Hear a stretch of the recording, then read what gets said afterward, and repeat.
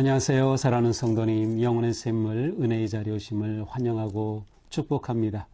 오늘은 5월 1일 초하루입니다. 오늘 주님의 말씀의 자리에 오신 여러분의 삶에 놀라우신 은혜와 성령의 감동이 가득하기를 축복합니다. 기도합시다. 주님 감사합니다. 주님의 은혜로 새 달을 맞이합니다. 이렇게 시간의 흐름 속에 하나님의 선하신 인도하심과 능력과 은혜의 길을 열어주시니 감사합니다. 오늘 주님의 말씀 앞에 서서 우리의 삶을 돌아보며 또 주님께서 우리에게 무엇을 원하시는지 주시는 그 음성의 귀를 기울입니다. 우리의 마음을 열어주시고 생각을 열어주시고 눈을 열어주셔서 주님의 마음을 깨닫게 하여 주시옵소서. 새롭게 열려진 5월 한 달을 사는 동안에도 언제나 주님과 동행하는 삶, 주님의 선하신 인도하심 가운데 승리하는 거룩하고 아름다운 복음의 삶, 증인의 삶 되게 하여 주시옵소서. 예수님 이름으로 기도합니다. 아멘. 네, 오늘부터 우리는 사도행전의 말씀을 또 새롭게 보게 됩니다. 우리 사도행전의 말씀 오늘부터 함께 우리 묵상하겠습니다. 사도행전 1장 1절에서 11절까지입니다. 데오빌로여, 내가 먼저 쓴 글에는 무릇 예수께서 행하시며 가르치시기를 시작하신부터 그가 행하신 사도들에게 성령으로 명하시고 승천하신 날까지 이를 기록하였노라. 그가 고난받으신 후에 또한 그들에게 확실한 많은 증거로 친히 살아계심을 나타내사 40일 동안 그들에게 보이시며 하나님 나라의 일을 말씀하시니라. 사도와 함께 모이사 그들에게 분부하여 이르시되 예루살렘을 떠나지 말고 내게서 들은 바 아버지께서 약속하신 것을 기다리라. 요한은 물로 세례를 베풀었으나 너희는 몇 날이 못되어 성령으로 세례를 받으리라 하셨느니라. 그들이 모였을 때에 예수께 여쭈어 이르되 주께서 이스라엘 나라를 회복하심이 이때니까 하니 이르시되 때와 시기는 아버지께서 자기의 권한에 두셨으니 너희가 알 바 아니요 오직 성령이 너희에게 임하시면 너희가 권능을 받고 예루살렘과 온 유대와 사마리아와 땅 끝까지 이르러 내 증인이 되리라 하시니라. 이 말씀을 마치고 그들이 보는데 올려져 가시니 구름이 그를 가리어 보이지 않게 하더라. 올라가실 때에 제자들이 자세히 하늘을 쳐다보고 있는데 흰 옷 입은 두 사람이 그들 곁에 서서 이르되 할릴리 사람들아 어찌하여 서서 하늘을 쳐다보느냐. 너희 가운데서 하늘로 올려지신 이 예수는 하늘로 가심을 본 그대로 오시리라 하였느니라. 아멘.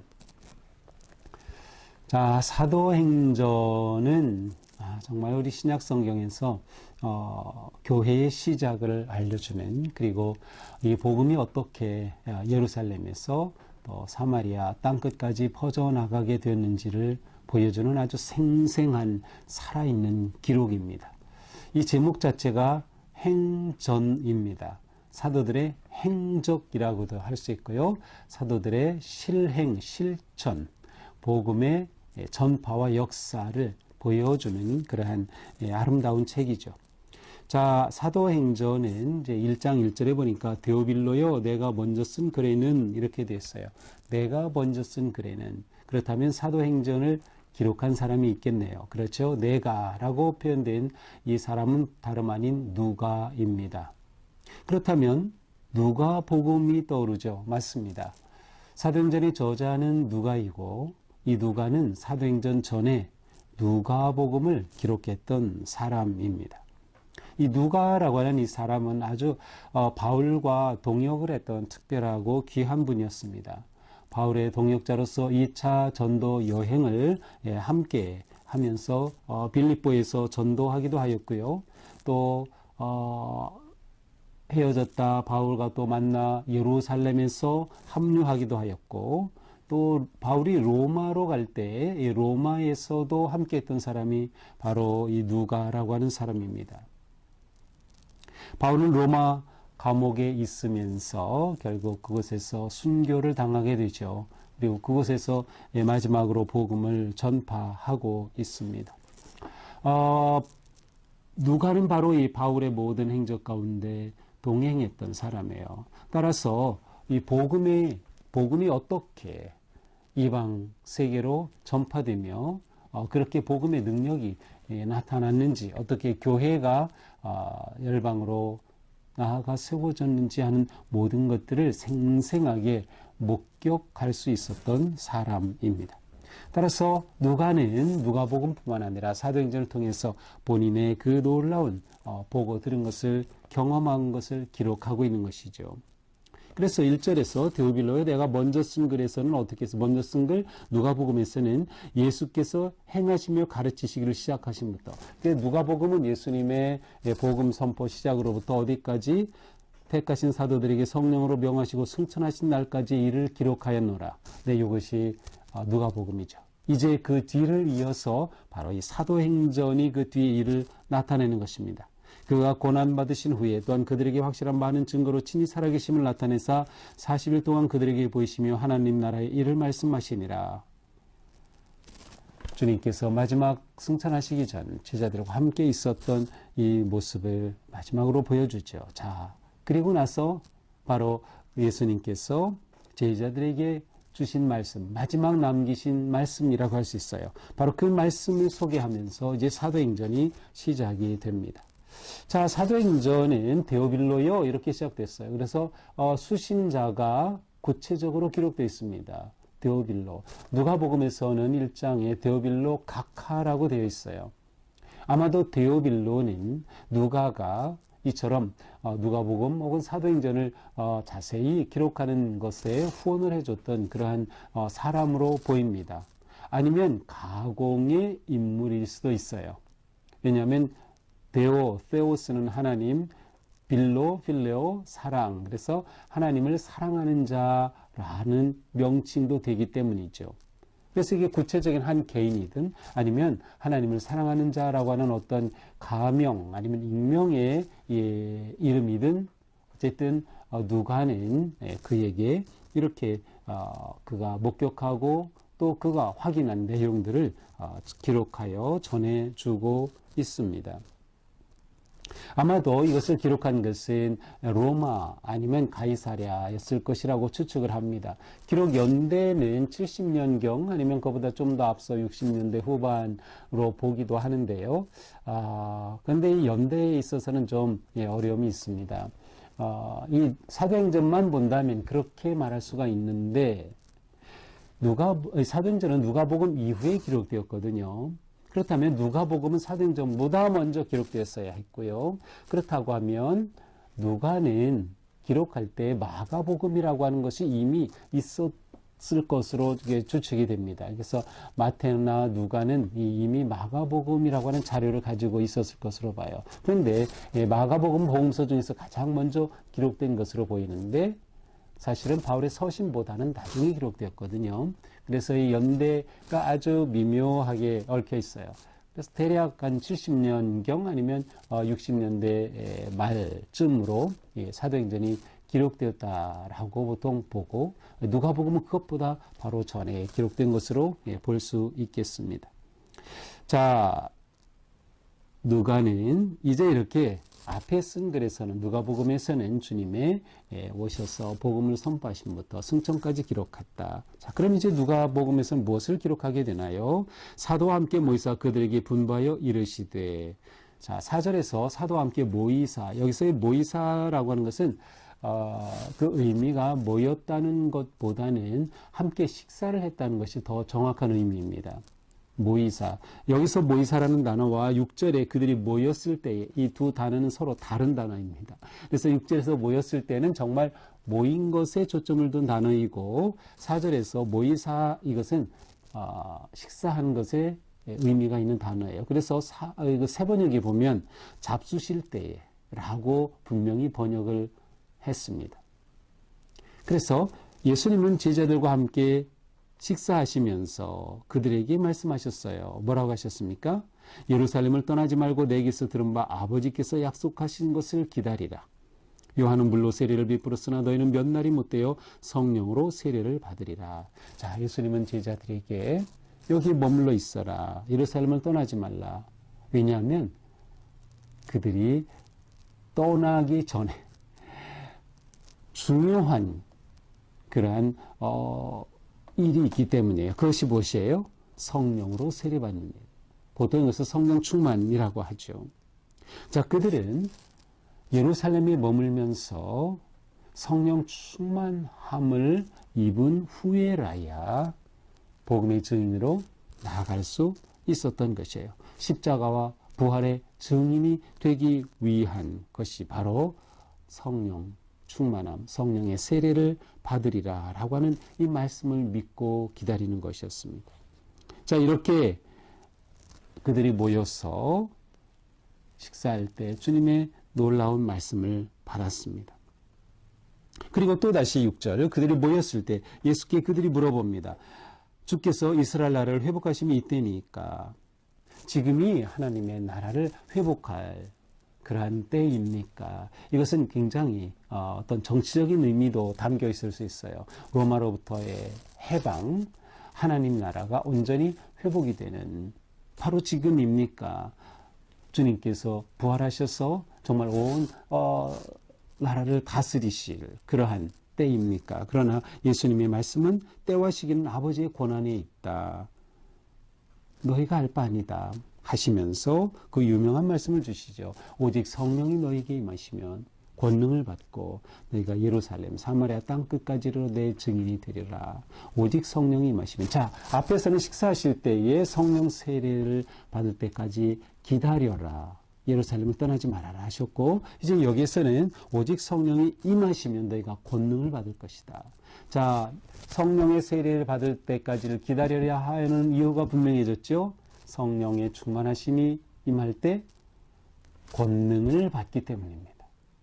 이 권능은 두나미스라고 하는 단어인데 이것은 어떤 신적 능력을 말합니다. 사람이 아닌 어떤 신적인 능력. 너희가 그 능력을 받아야 예루살렘, 유대, 사마리아 땅끝까지 내 증인이 될 것이다. 너에게 맡긴 내 사명이 있지. 땅끝까지 전하라. 복음을 전하라. 그런데 이것은 너희가 성령의 충만함을 입어야 가능하다. 왜냐하면 그 성령님이 너희에게 권능을 주시고 그 권능으로서 너희가 이 일을 감당할 수 있기 때문이다 라고 하는 것이죠. 자, 그러므로 이 말씀을 통해서 이제 제자들이 앞으로 이루어갈 그 모든 일은 성령님이 주인이 되십니다. 바로 사도행전은 사도행전이지만 정확히 말하면 성령행전이에요. 성령님이 어떻게 제자들을 통해서 권능으로 행하시고 복음을 선포하며 증인의 삶을 살고 교회가 세워지게 되었는지를 보여주기 때문입니다. 이렇게 주님은 약속하셨고 제자들은 그 약속을 믿고 이제 기다리고 있는 것이죠. 자, 이렇게 말씀을 마치고 올려가시니 구름이 가리어 보이지 않게 되었더라. 구름이라고서는 하나님의 어떤 신적 임재, 현현을 나타내는 것이죠. 그래서 예수 그리스도께서는 이제 하나님의 그 신적인 임재와 현현 가운데 하나님께로 올라가셨습니다. 그러면서 흰옷 입은 두 사람이 천사의 어떤 음성이 들렸죠. 어찌하여 하늘을 쳐다보느냐. 너희 가운데 하늘로 올려지시니 예수는 하늘로 가심을 본 그대로 오시리라. 예수님께서 분명히 오실 것이다 라고 하는 재림의 약속의 말씀이 선포되었습니다. 자, 그러므로 제자들은 이제 두 가지입니다. 성령의 권능으로 사역을 감당하고 그 성령의 권능으로 사역을 감당할 때 무엇을 기대할 수 있어요? 예수님의 다시 오심을 확신하고 기대하면서 그들이 무슨 일을 당하든 그 모든 것을 넘어설 수 있게 된 것이죠. 그래서 이렇게 가장 중요한 두 가지를 딱 세팅해 주신 거예요. 성령 충만, 재림의 약속에 대한 믿음. 초대교회 성도들은 바로 이것으로서 그들의 믿음을 지켜갔고 그리고 끝까지 복음의 증인의 삶을 살아갈 수 있었던 것입니다. 자, 이것이 오늘 사도행전의 시작의 말씀이죠. 자, 오늘 말씀을 보면서 이제 바야흐로 예수님이 부활 승천하시고 새로운 시대, 새로운 역사가 시작이 되는 그 아주 정말 감동적인 시간을 우리가 보게 됩니다. 주님께서 새 역사를 열어가시는 거죠. 자, 이런 새로운 역사는 어떻게 시작이 됩니까? 그들이 모여 있는 곳에서부터 시작이 됐어요. 모여 있을 때 함께 믿음의 교제를 나누고 식사하는 그 자리에 모여 있는 것이 이렇게 중요합니다. 모이는 곳에 주님이 함께 하시고 주님이 함께 하실 때 그곳에서 놀라운 믿음의 역사가 일어나게 되는 것이죠. 그래서 우리는 모이기에 힘써야 하는 것이에요. 초대교회 성도들은 어떤 위기와 아픔 속에서도 모이기에 힘썼던 것이죠. 모여 함께 하시는 주님의 음성을 듣고 말씀을 듣고 또한 주님의 만지심과 치유하심을 경험하며 또한 그들은 모인 자리에서 우리가 앞으로 보겠지만 놀라운 성령 충만의 성령 강림의 은혜를 누리게 됩니다. 모인 자리, 이렇게 중요한 것을 볼 수 있죠. 또한 우리는 오직 성령 충만이 새 역사를 열어가고 세워가는 능력이 된다라는 것을 봐야 됩니다. 성령 충만이 능력이다. 오직 성령이 오시면 권능을 받는다. 두나미스. 우리는 바로 이 두나미스로 살아가는 성도들이에요. 성령의 능력으로. 그러므로 우리는 항상 증인의 삶, 곧 우리의 사명을 이루기 위해 성령님을 의지하고 성령 충만함에 우리의 삶을 온전히 의지하고 맡겨야 된다. 그래서 우리는 성령 충만함을 늘 기도하고 또 성령님이 내 안에 뜨겁게 역사하심을 순종하고 성령 충만이라고 하는 것은 성령님께 온전히 내 삶이 맡겨지는 거예요. 성령님의 능력 아래 나를 두는 것이에요. 성령님이 내 인생의 주인이 되시고 내 인생을 끌어가시고 내 인생 가운데 역사하시도록 내가 완전히 그 성령님께 나를 맡기는 것이에요. 우리가 주님을 믿을 때 우리 안에 오신 성령님, 우리 가운데 뜨겁게 역사하시도록 우리가 헌신하는 것이죠. 우리의 삶의 목적은 복음을 전하는 것이다. 증인의 삶을 사는 것이다. 왜 그렇습니까? 주님이 명령하셨기 때문이에요. 주님이 우리에게 부여하셨기 때문에. 우리의 사명은 내가 생각해낸 것이 아니고 내가 혼자 꿈꾸는 것이 아니라 성령님 통하여 하는 주님께서 우리에게 주신 사명입니다. 이것이 우리 인생의 목적이에요. 우리가 믿음 생활할 때 복음의 증인이 된다라는 것은 너무나도 중요한 일이죠. 우리가 복음의 증인이 되는 것은 다양한 방법이 있지만 이 모든 것들은 함께 묶여져야 합니다. 내가 복음의 삶을 살아가는 것이, 내가 살아가는 삶의 자리에서 다른 사람들에게 복음의 증인이 되는 것이죠. 또한 내가 입을 열어서 그들을 복음으로 초청하는 것, 이것이 증인의 삶이죠. 또한 내가 복음이 무엇인지, 예수 그리스도의 구원의 그 도리와 놀라운 진리를 전파하고 이야기해 주는 것, 이 모든 것이 증인의 삶에 필요한 것이에요. 이 모든 것이 함께 어우러지는 거죠. 이때 중요한 것이 무엇이에요? 성령 충만함. 우리의 힘으로는 감당할 수 없는 겁니다. 오직 성령의 능력으로, 그 두나미스로 우리가 감당할 수 있게 되는 것이죠. 더 나아가 우리에게는 주님 다시 오심에 대한 종말론적 아니면 종말적 신앙을 회복해야 되겠다. 우리가 현재 생활에 너무나 매몰되면 안 돼요. 다시 오실 주님에 대한 기대와 믿음이 우리에게는 항상 살아있을 때 지금의 삶의 방향이 바로 잡혀지고 지금의 삶에 나아갈 지혜와 능력을 구하게 되고 주님과 함께 하게 되기 때문이죠. 5월을 시작하는 우리의 삶, 성령님과 함께하는 삶, 성령님을 의지하는 삶, 성령님의 능력, 두나미스, 다이나마이트예요. 성령의 능력으로 승리하는 삶 되어서 지금 우리가 처한 상황, 위기 무엇이든 넉넉히 이기고 승리하며 담대히 나아가는 그런 복된 주님의 자녀들 되기를 주님의 이름으로 축복합니다. 기도합시다.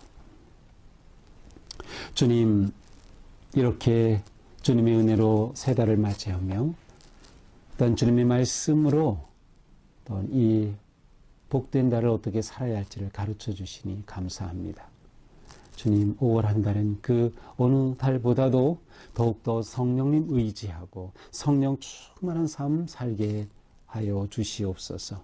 우리의 모든 것을 주님 앞에 내려놓고 회개와 기도와 말씀과 예배의 삶으로 성령 충만한 가운데 우리의 삶에, 우리 교회에, 또한 이 시대에 새 역사를 이루어가는 그러한 능력의 성도들이 되게 하여 주시옵소서.